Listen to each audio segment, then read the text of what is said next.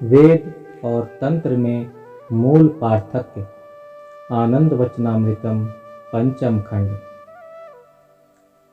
कल धर्म महाचक्र में मैंने तंत्र के संबंध में कुछ कहा था।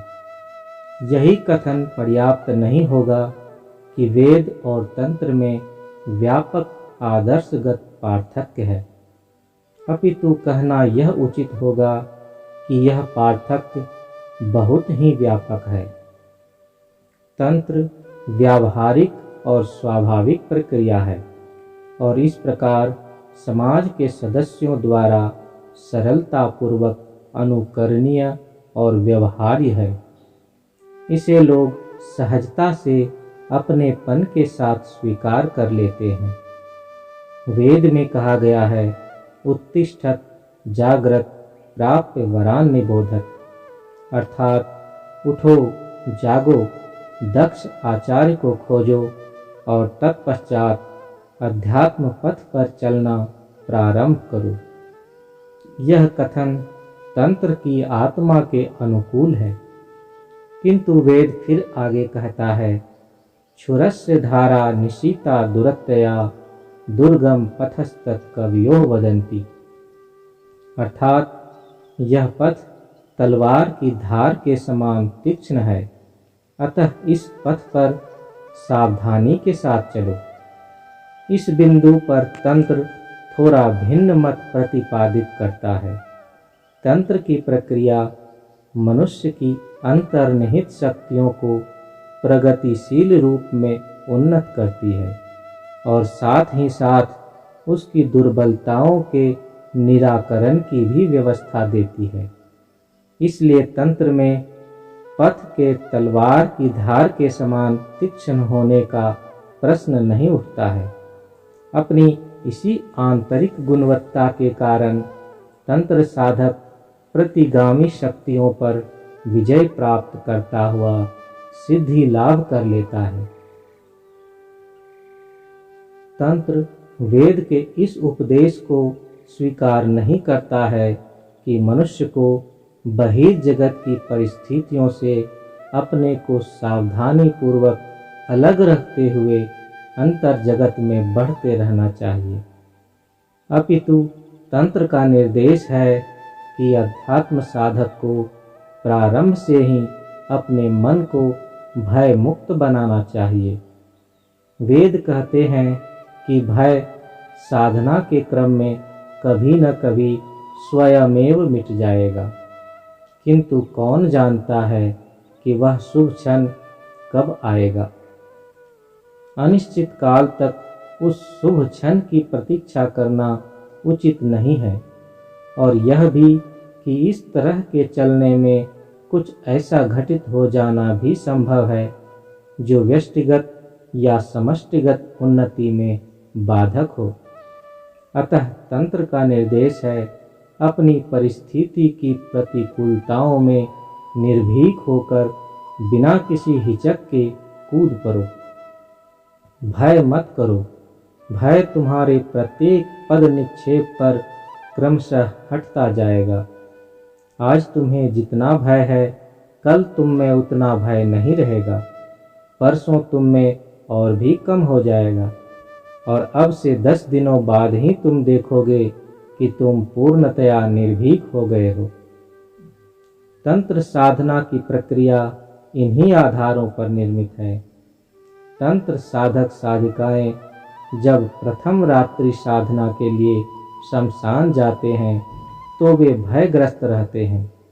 उनके संपूर्ण देह के रोंगटे खड़े रहते हैं, किंतु जब वे साधना संपन्न करके वापस होते हैं तो उनके मन पहले की अपेक्षा अधिक हल्के रहते हैं। जब दूसरी रात्रि में वे साधना के लिए जाते हैं तो वे अपेक्षाकृत बहुत कम भयग्रस्त होते हैं।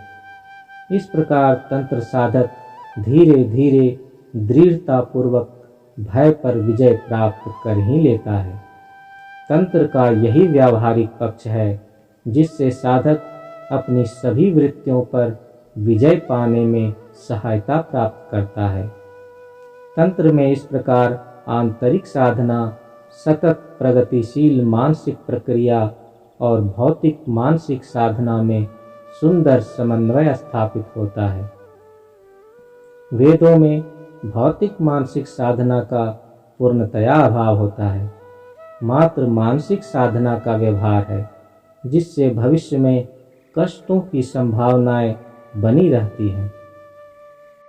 तंत्र के मतानुसार अध्यात्म के प्रारंभिक साधकों की प्रारंभिक प्रगति की भी आशा पूर्ति वेदों के माध्यम से संभव नहीं होती। यही कारण है कि वेदों की साधना पद्धति को समाज ने प्रायः अस्वीकार कर दिया है। पूर्व काल में भी यह अधिक प्रसिद्धि नहीं पा सकी थी और आज भी मात्र कुछ ही लोगों द्वारा व्यवहृत होती है। जो थोड़ी बहुत साधना आज प्रचलित है वह मात्र परम पुरुष से की जाने वाली प्रार्थनाएं हैं। उदाहरण के लिए वे प्रार्थना करते हैं, हे परमपिता मुझे मार्ग दिखाओ, मुझे तंत्र दीक्षा प्राप्त करने में सहायक बनो। इस प्रकार वैदिक दीक्षा आजकल मात्र तांत्रिक दीक्षा प्राप्त करने का प्रथम चरण है। साधक यह स्तुति करते हैं, हे परमपिता मैं अध्यात्म के मार्ग पर चलना चाहता हूँ और चाहता हूँ तंत्र साधना का अनुशीलन। कृपा कर मुझे यह अवसर प्रदान करो। सर्वे च पशवः सन्ति तलवत् भूतले नराः तेषां ज्ञान प्रकाशाय वीर भाव प्रकाशितः वीर भावम सदा प्राप्य क्रमेण देवता भवेत्। प्रथम स्तर में सभी मनुष्य लगभग पशु के समान होते हैं। ज्ञान के प्रकाश के अभाव में वे यह समझ पाने में असमर्थ होते हैं कि क्या करणीय है और क्या करणीय नहीं है। जब मनुष्य को यही ज्ञान न रहे कि जीवन में क्या उसका करणीय है और क्या उसके द्वारा करणीय नहीं है, तब वह पशु से श्रेष्ठ नहीं होते हैं। उसे इस अवस्था से क्रमशः एक एक कदम आगे बढ़ना होता है। जब मनुष्य तंत्र साधना के प्रथम स्तर में पुष्ट हो जाता है, वह कुछ ज्ञान और बुद्धि प्राप्त कर लेता है और वह जीवन में क्या करणीय है और क्या करणीय नहीं है यह जान लेता है, तो वह पशु के स्तर से ऊपर उठकर वास्तविक योद्धा बन जाता है। साधना का यह स्तर वीराचार कहलाता है और तब वीर भावम सदा प्राप्य क्रमेण देवता भवेत्। वीर भाव की साधना करते करते साधक वीर भाव में पुष्ट हो जाता है। जो भय वृत्ति के विरुद्ध संग्राम करता है वह वीराचारी साधक कहा जाता है और जिसने भय पर विजय प्राप्त कर ली, जो भय मुक्त हो गया, उसे दिव्याचारी कहा जाता है। यही दिव्याचारी साधक साधिकाएं जब रिपुओं और पाशों पर विजय पाकर संकुचित स्वार्थ भाव से ऊपर उठकर अपने स्व को समष्टिगत हित में मिला देते हैं, तो वे परम पुरुष से मिलकर एकाकार हो जाते हैं। यह परम लक्ष्य की ओर क्रमिक गति ही तंत्र का मार्ग है। यह वह सुरक्षित मार्ग है जिसमें भय का कोई स्थान नहीं रहता और किसी भी परिस्थिति में मानव जीवन की स्वाभाविकता प्रतिहत नहीं होती। तंत्र की यह साधना पद्धति सदाशिव द्वारा प्रवर्तित विश्व की सर्वप्रथम साधना है। तंत्र साधना ही साधना है। साधना पद्धति के बिना तंत्र नहीं और तंत्र के बिना साधना नहीं है। तंत्र की एक और विशेषता है। वेदों के अनुसार व्यावहारिक जीवन का दिशा निर्देश सिद्धांत के आधार पर होता है, किंतु किसी भी सिद्धांत की उपयोगिता प्रथमतः व्यावहारिक क्षेत्र में प्रमाणित होनी चाहिए। अप्रमाणित सिद्धांत सफल हो भी सकते हैं और नहीं भी हो सकते हैं, किंतु तंत्र के सिद्धांत का प्रणयन मार्ग पर चलने के अनुभवों पर आधारित है। और चूंकि व्यवहार प्रक्रिया उपयोगिता के आधार पर निर्मित है, इसलिए इसमें सर्वदा सफलता सुनिश्चित है। व्यावहारिक जीवन में ये अमोघ हैं, अच्युत हैं। श्री श्री आनंद मूर्ति, कलिकाता, प्रातः दर्शन, 13 नवंबर 1978।